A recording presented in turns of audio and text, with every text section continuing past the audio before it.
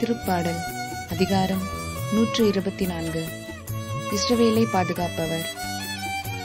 ஆண்டவர் நம் சார்பாக இருந்திராவிடில் இஸ்ரேல் மக்கள் சொல்வார்களாக. ஆண்டவர் நம் சார்பாக இருந்திராவிடில் நமக்கு எதிராக மனிதர் எழுந்தபோது, அவர்களது சினம் நம்மேல் மூண்டபோது, அவர்கள் நம்மை உயிரோடு விழுங்கியிருப்பார்கள். அப்பொழுது வெள்ளம் நம்மை மூழ்கடித்திருக்கும், பெருவெள்ளம் நம் மீது புரண்டோடி இருக்கும், கொந்தளிக்கும் வெள்ளம் நம் மீது பாய்ந்தோடி இருக்கும். ஆண்டவர் போற்றி போற்றி. எதிரிகளின் பற்களுக்கு அவர் நம்மை இரையாக்கவில்லை.